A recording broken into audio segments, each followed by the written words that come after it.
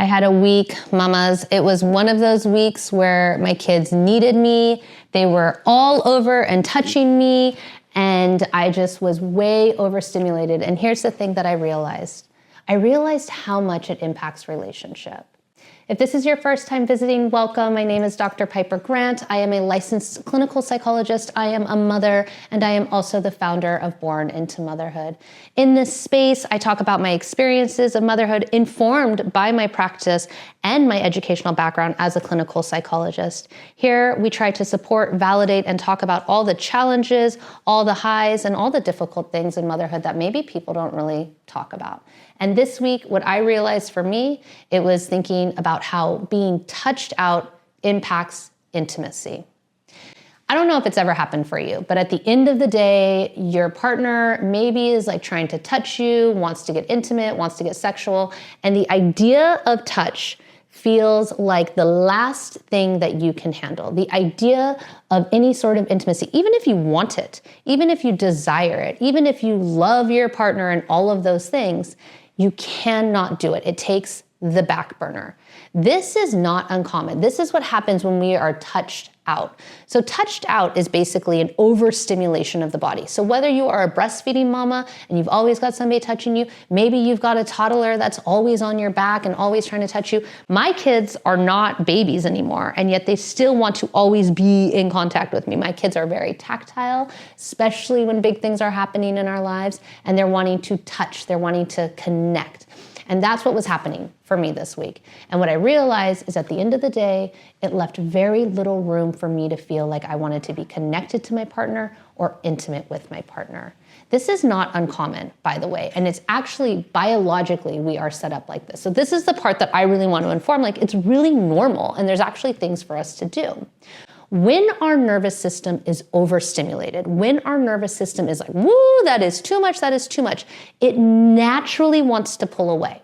Naturally, that's what it does. It does it out of protection. And it'll even pull away from those that we love and those that we trust. And because the body is like, whoa, too much, I need space, that pull away can be read by a partner and even yourself as a lack of wanting or desire. Here's the thing that's really important to distinguish between. It's really important to distinguish between exhaustion and desire. Exhaustion and being touched out is like the body is saying, it's too much. Desire, though, is I can still desire you. I still want you. The thought of being with you feels really good to me, but my body physically just cannot get there.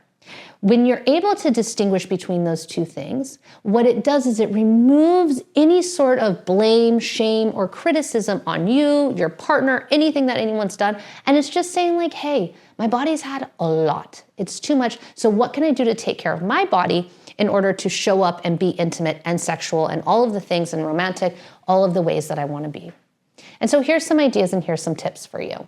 So there's a few things that we can do. Once we are recognizing the difference between desire and exhaustion, really what you're focusing on is you're focusing on the body. You're focusing on how do I make it so that my nervous system can feel regulated? How can I make it so my nervous system feels safe and actually wants to be receiving of touch?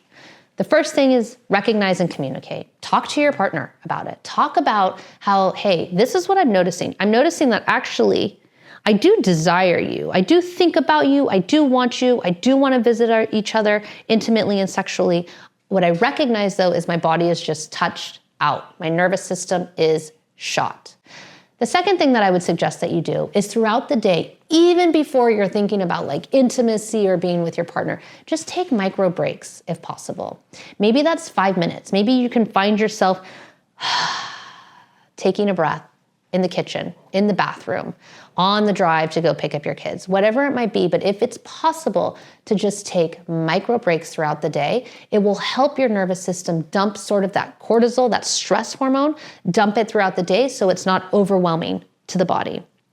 Thirdly, find ways with your partner to slowly ease back into being intimate together. So not just like immediately going back into like touching and everything like that, but can you have creative ways to have non-touch connection? Creative non-touch connection. So maybe that is at the end of the day, sitting on the couch together, laughing together. Maybe it's finding ways to like move together, maybe taking a walk together if possible.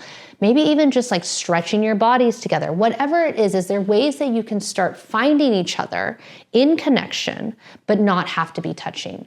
This way, your nervous system has the ability to just regulate and dump all the cortisol and just feel like, okay, I can find myself again. Once I can find myself, then I'm able to move back and turn back towards my partner. But it's really hard to turn towards our partner if we aren't even connected to ourselves or connected within our body. So if it's anything like me in this past week, I recognize how this has a major, major impact on us. And if this video resonates with you, if this information resonates with you, hit subscribe, follow, find me on Instagram at Born Into Motherhood, and hopefully I'll see you next week.